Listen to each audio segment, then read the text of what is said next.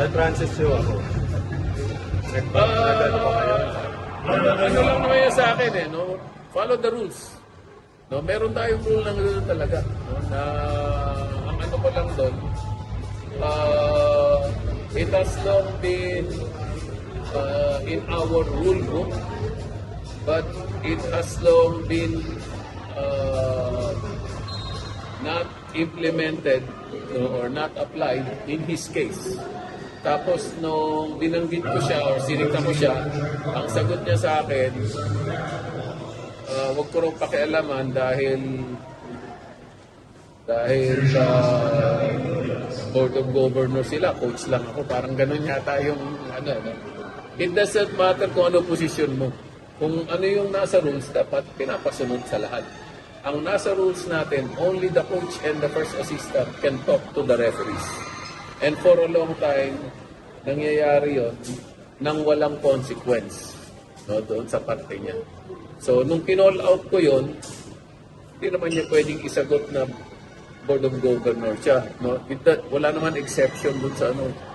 Walang exception doon sa rule. And also,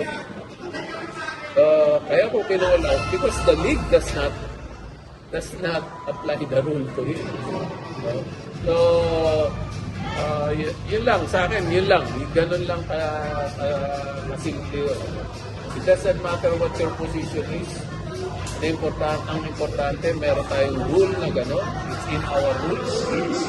Only the head coach and the first assistant can talk to the ref. Meron pa siyang sinabi na mas malakas daw ako mag-intimidate na mga referees. I think that is an admission on this part na nag-i-intimidate siya ng mga referees. No? In-admit niya, nag-intimidate siya ng referees dahil sinabi niya, mas malakas ako mag-intimidate. Pero ang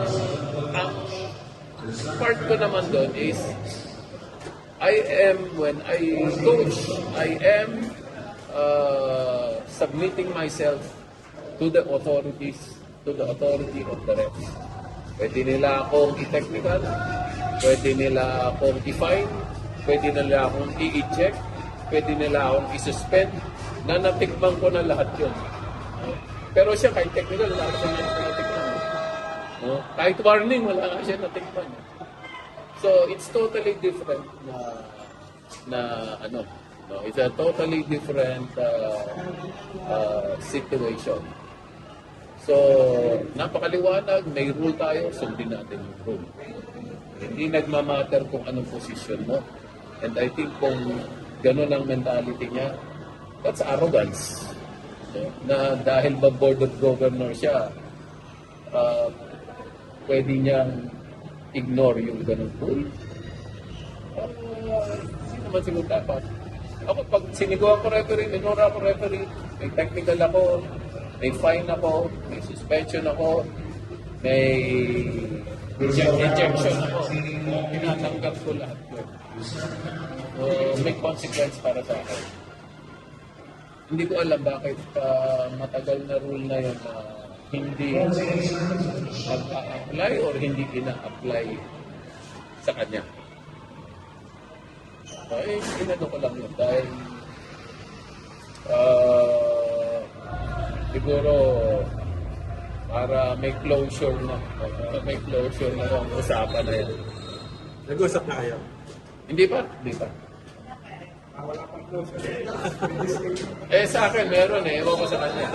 Kaya in-explain ko na lahat Kaya sinabi ko na lahat. Napakaliwanag ng rule na yun. Only the coach and the first assistant coach can talk to the referee. Nasa rule book natin. Magkaroon ng chance for you to talk. Wala problema sa akin.